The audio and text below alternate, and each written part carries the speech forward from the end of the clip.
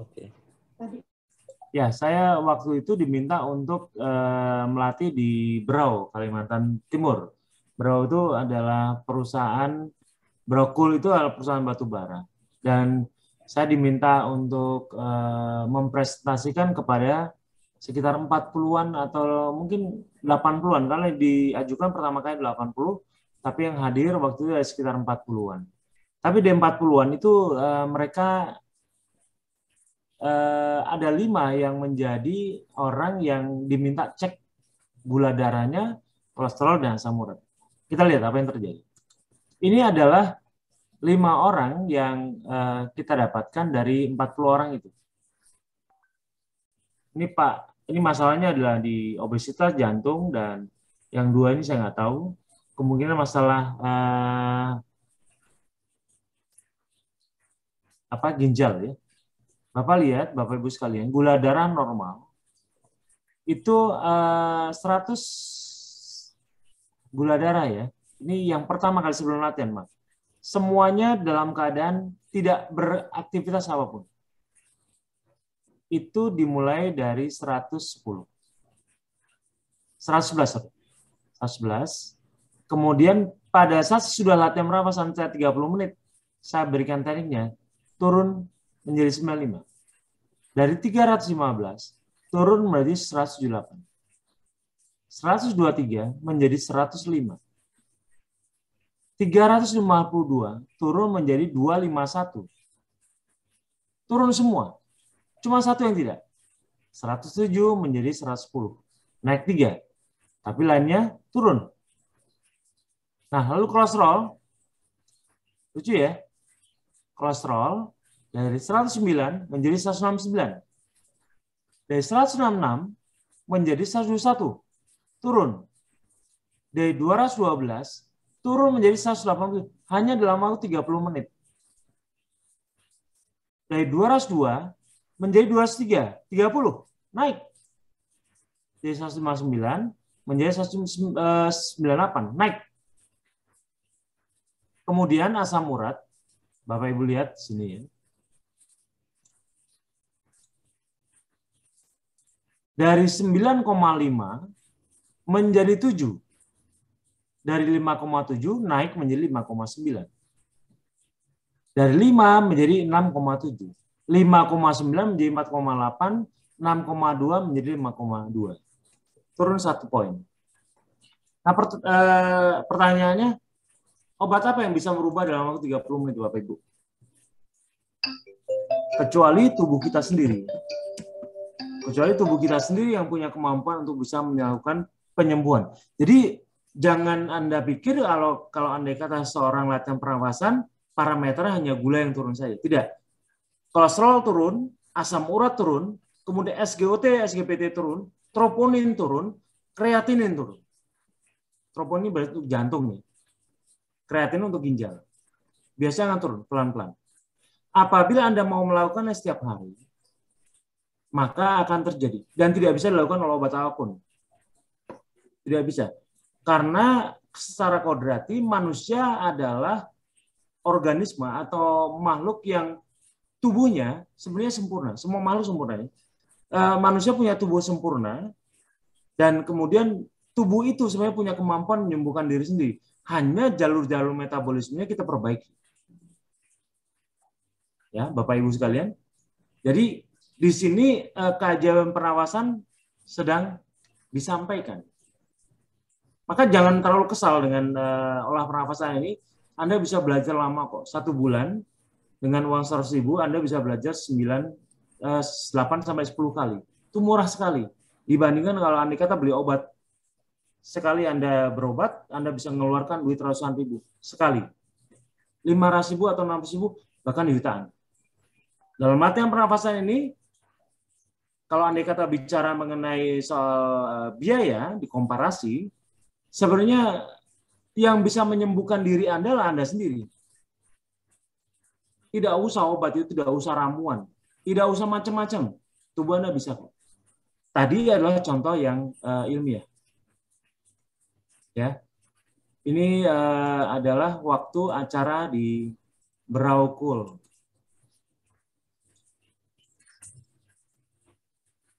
Ini adalah promosinya ya. Ini pada saat saya webinar di Roku. Jadi sebenarnya bukan hanya mempercepat penurunan berat badan, bukan hanya itu, menurunkan tensi bukan, tapi banyak sekali. Semua kimia darah akan membaik, tetapi Anda harus mau apa? Mau untuk melakukannya. Saya pernah, saya pikir ini sudah berkali-kali saya sampaikan, dan saya akan ulangi lagi. Saya akan ulangi lagi ya. Mudah-mudahan Anda tidak bosan bagi Bapak Ibu yang dari angkatan lama ya, tapi angkatan baru akan saya perlihatkan lagi. Sebentar ya Bapak Ibu sekalian. Saya akan melihatkan suatu fakta.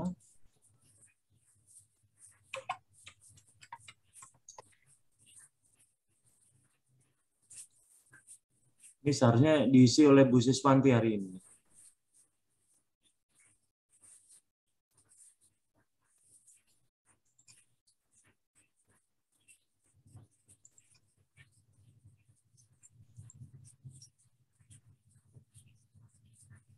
Lima tahun yang lalu, saya membuat satu acara yang didukung oleh Fakultas Teknik Universitas Tanjung Pura. Universitas Tanjung Pura itu adalah satu universitas di Kalbar. Sebentar Bapak Ibu.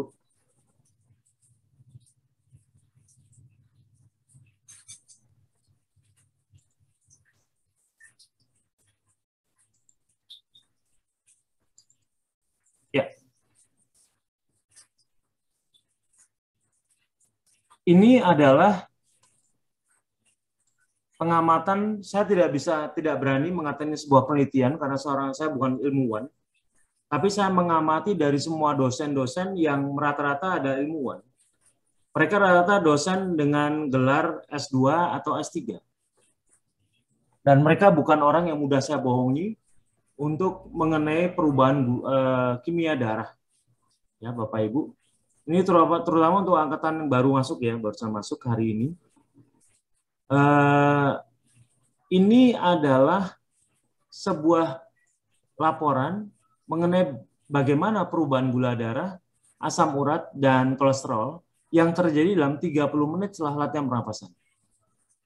Lihat, ini yang angka 1 ini adalah seorang dosen S2. Saya tidak perlu sebutkan. Gula darahnya naik, asam uratnya naik, tapi kolesterolnya turun. Aneh bukan? Nah, yang kedua, ini dosen S3, dokter. Gula darahnya pada saat sebelum latihan 137. Sesudah latihan 30 menit, 45 menit menjadi 90. Kemudian asam urat dari 9,5 menjadi 7,8. Dari kolesterol sebelum latihan 315 menjadi 115. Ini disertai dengan tulisan mereka masing-masing ya. 315 menjadi 114. Obat apa yang bisa membuat hanya dalam waktu 30 menit membuat Anda bisa turun? Tidak ada. Hanya tubuh Anda sendiri yang bisa membuatnya. Tapi harus kita manipulasi latihan pernapasan ini. Jadi Anda jangan merasa sedih. Oh, saya tidak berhasil dengan gula darah saya. Gula darah saya kok makin naik. Belum tentu. Kalau andai kata gula darah naik, belum tentu kolesterol akan naik. Bisa ya turun. Karena terjadi yang namanya variabel. Dan variabel ini jangan selalu beranggapan karena standar kita berdasarkan gula, maka yang lain tidak. Ya, Bapak Ibu.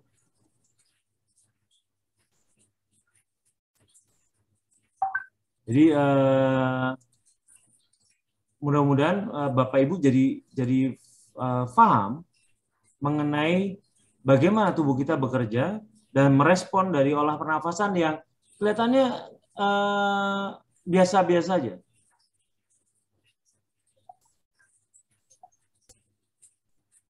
Jadi kalau andai kata saja, ya, Anda pengen mau ke lab, laboratorium, latihan pernafasan dulu. Biasanya hasilnya bagus sekali. Biasanya hasilnya bagus sekali. Ya, Bapak Ibu, secara saya demikian penjelasan awal. Jadi setiap kimia darah itu bisa berubah karena kita latihan pernafasan. Kenapa sih? Karena tubuh kita bermetabolisme dan pernafasan menjadi katalis. Oksigen menjadi katalis. Anda tahu kenapa di breathing? Di breathing itu nafas dalam. Tarik nafas, buang. Tarik nafas, buang. Tujuannya apa? Tujuannya adalah melekatkan oksigen kepada hemoglobin. Dan kemudian membentuk cadangan gas darah. Jadi jangan salah, selama ini kan beranggapan bahwa cadangan gas darah itu terjadi di paru-paru. Bukan, paru-paru itu hanya pemompa. Tapi sebenarnya yang terjadi adalah kita sedang memasukkan oksigen ke dalam hemoglobin. Sehingga kita bisa mampu bertahan sampai 1,5 menit tahan nafas. Coba kok tanpa tahan nafas. Sulit ya, sulit sekali. Ada pertanyaan dari Pak Mujianto, kok sering jadi ketiduran ya Pak? Ya, orang yang melakukan pernafasan ini akan mengalami vasodilatasi atau pelebaran pembuluh darah. Pelebaran pembuluh darah itu sama seperti dalam kondisi seperti orang mau tidur atau orang tidur. Orang tidur itu tekanan darahnya akan merendah. Dan biasanya terjadi karena pembuluh darah terbuka. Orang yang melatih pernafasan ini, pembuluh darahnya akan melebar, mengalami vasodilatasi. Jadi, prinsip yang sama terjadi pada saat orang mau tidur, kita juga jadi ngantuk. Hormon melatonin akan keluar. Serotonin ini. Jadi tidak ada solusinya untuk melawan rasa kantuk ya. Usahakan saja, harus bertahan. Terus kemudian posisi buang nafas tahan itu harus ya yang paling enak Pak, paling enak. Mau tiduran boleh, tapi tidur beneran nanti. Mau duduk boleh, mau bersila juga boleh. Sebaiknya jadi habitat ya olah nafas Pak. Ya jadi habit, jadi kebiasaan Pak Suhanda. Sebaiknya pada saat Anda mengikuti latihan olah nafas ini, maka seharusnya itu menjadi habit. Anda akan belajar di mana olah nafas kalau bukan dari orang-orang. Ingat, ini pernafasan bukan pernafasan bela diri. Ini pernafasan yang menggunakan jalur ilmiah. Saya akan sampaikan dengan Anda yang disebut dengan intermittent hypoxia. Ini saya ulang-ulang terus dengan angkatan lama, tapi selalu menjadi masalah barang baru buat teman-teman dari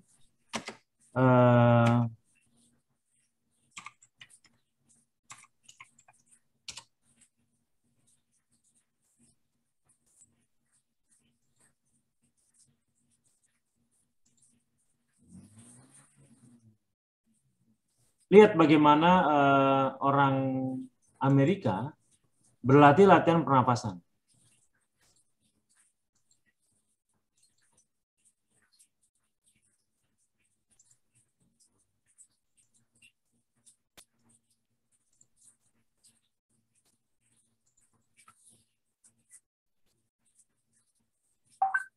Tunggu sebentar. Nah,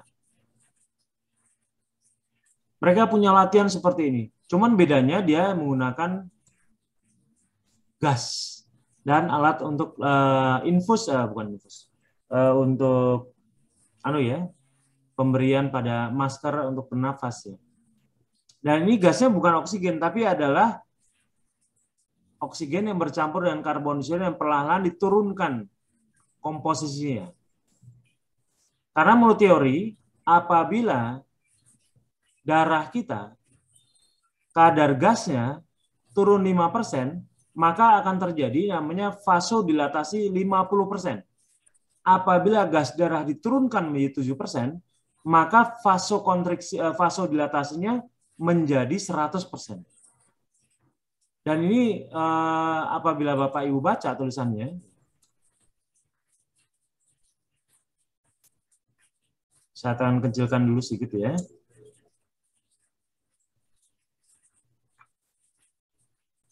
Untuk kesehatan, ya, ini saya akan bacakan untuk Bapak Ibu.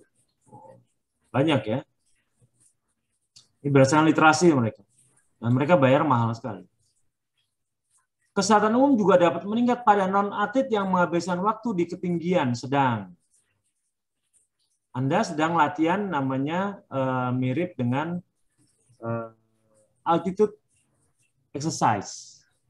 Penelitian telah menunjukkan bahwa ada peningkatan fungsi kekebalan tubuh, peningkatan fungsi antioksidan, peningkatan fungsi metabolisme, peningkatan kontrol gula, glikemik ya, serta aliran darah dan pernafasan lebih baik. Ini berdasarkan kata Singh di tahun 77, Hansen, Larsen 1997, dan Lee dan Chen di tahun 2003. Ini sebuah klinik pernafasan. Apakah ini mengada-ada? Nanti saya akan sebutkan, akan saya lihatkan bukti-buktinya bahwa intermittent hypoxia atau pernafasan yang kita sebut intermittent hypoxia itu sebenarnya bukan mengada-ada. Anda sedang tidak mengada-ada latihannya. Ya. Terus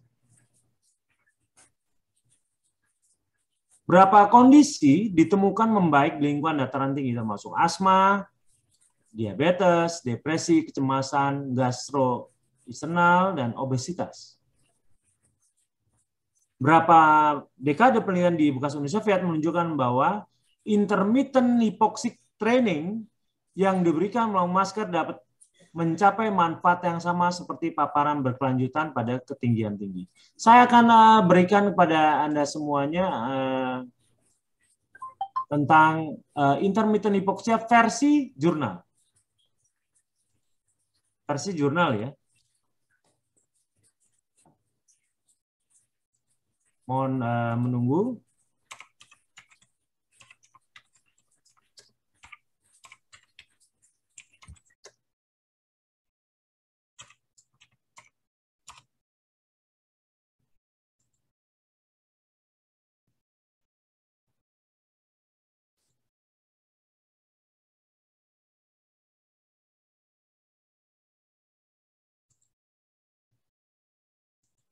Ini versi jurnal.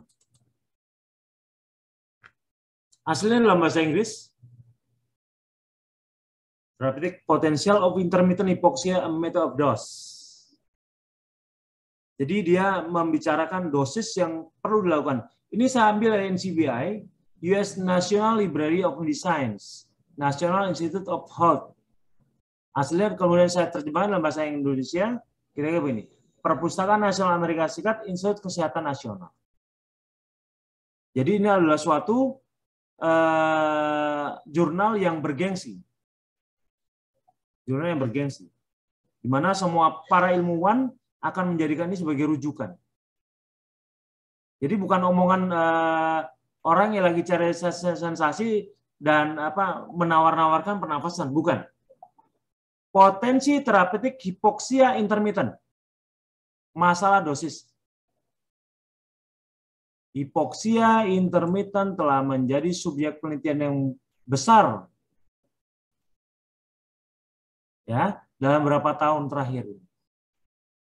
Terus apa dampaknya? Dampaknya pada sistem pernapasan, kardiovaskuler, kekebalan metabolisme tulang dan saraf. Siapa sih yang bicara? Angela Navarrete, Opaso, dan Gordon S. Mitchell. Itu semua doktor dan profesor. Nah, apa yang mereka bahas? Ini di sini ada kata-kata yang kadang ada aklimatisasi. Nanti saya jelaskan namanya aklimatisasi itu apa. Ya, tapi kita bicara mengenai apa saja benefit yang kita dapatkan dari latihan pernafasan, Bapak Ibu sekalian. Sistem pernafasan. Pertama di apnea tidur. Kemajuan yang cukup besar telah dibuat dalam beberapa dekade terakhir menuju patofisiologi dan patogenesis akibat apnea tidur obstruktif dan sentral. Masalah tidur, ngorok ya, mendengkur, itu bisa diberesin. Kalau gitu sih apa susahnya latihan supaya nggak ngorok, kan gampang. Nah sekarang begini, saya pengen tanya bagaimana dengan penyakit paru obstruktif kronis (PPOK). Ini bisa sembuhkan dengan latihan pernapasan nih. Kemudian, bagaimana dengan jantung, sistem kardiovaskuler? Pak Jarod, mungkin ini hal yang menarik, jadi penelitian baru. Saya mendengar Pak Jarod suka dengan penelitian-penelitian mengenai bagaimana metabolisme kita bekerja ya. Ini sistem jantung bisa dengan latihan pernapasan yang gratis. Apabila kita mau rajin, ya dapat. Pelatihan ia telah lama diakui oleh dokter. Ini saya bacakan.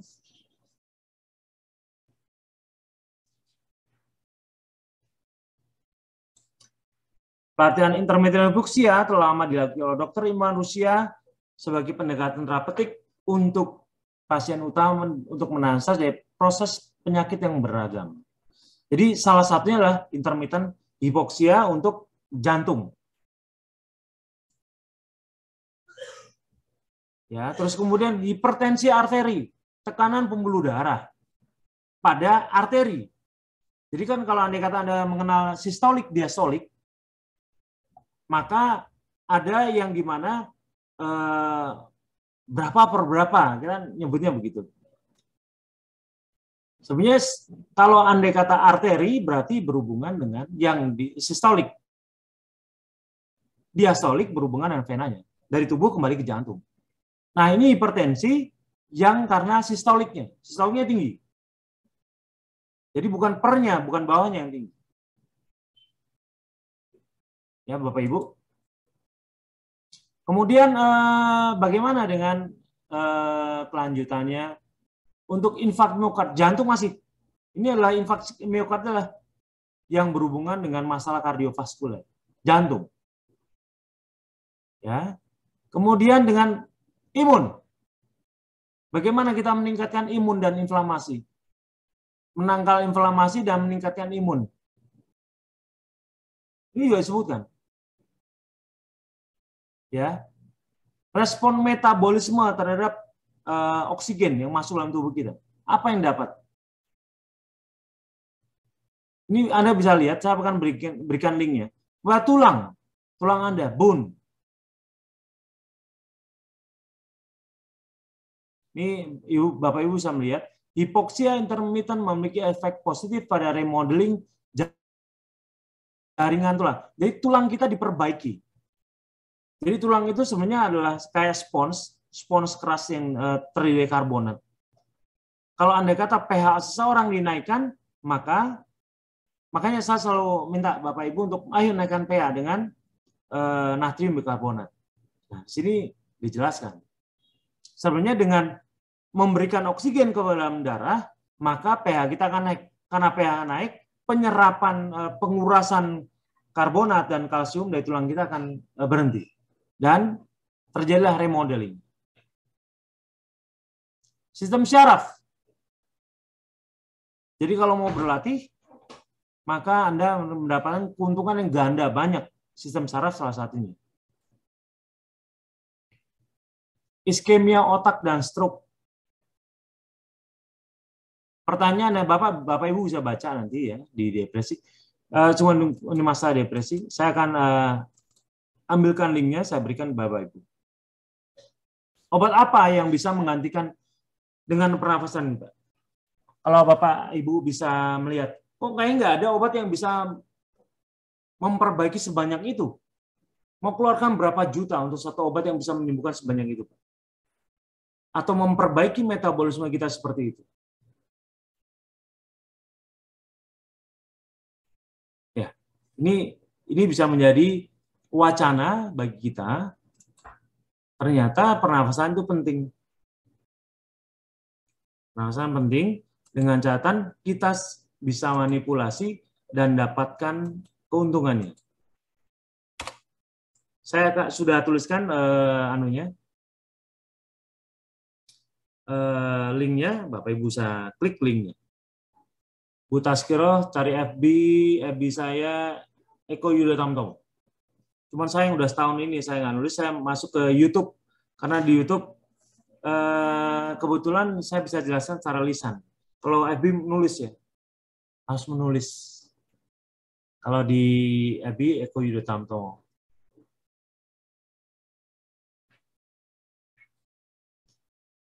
Ada saran olah nafas yang tadi dikirim ke grup 70 yang belum bisa gabung di Zoom. Sekali lagi mengenai masalah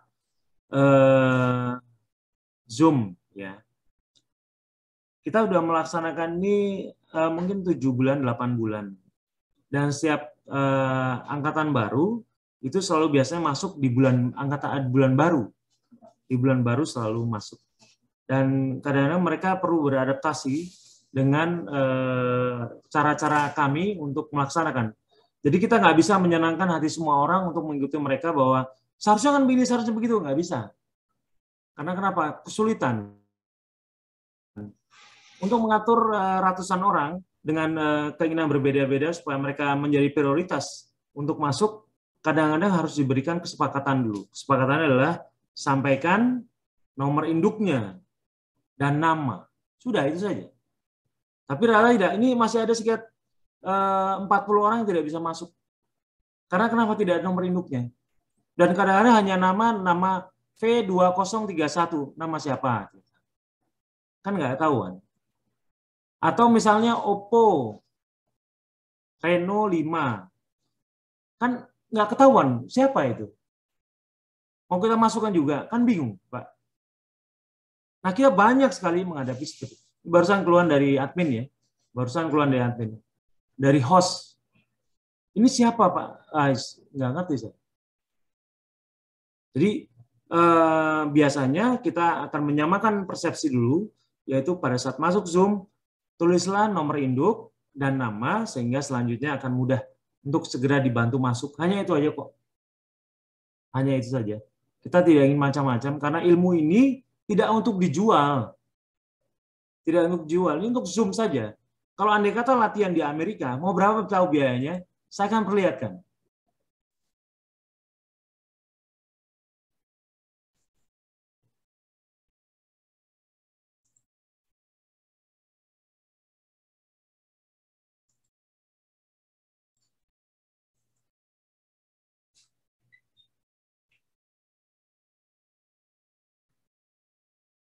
Sebentar ya Bapak Ibu.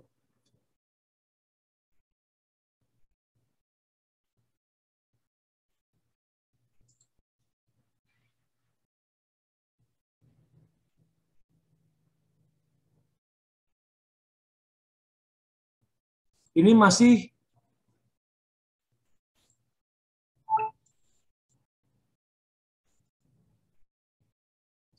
dari Dr. Rosalba Kearney. PhD. $300. 5 sesi. Berapa $300? Kalikan saja sekitar 14.000. Mahal ya? 4,5 juta. Hanya 5 kali pertemuan. Anda 8 kali pertemuan 100.000. Tidak untuk dijual, ini untuk diketahui, untuk didapatkan bersama supaya dapat manfaat bersama-sama. Itu Bapak Ibu ya. Jadi kembali yang menyembuhkan diri Anda sendiri. Oke, silakan Bu Yuli, tolong saya dipandu untuk tanya jawab hari ini. Silakan.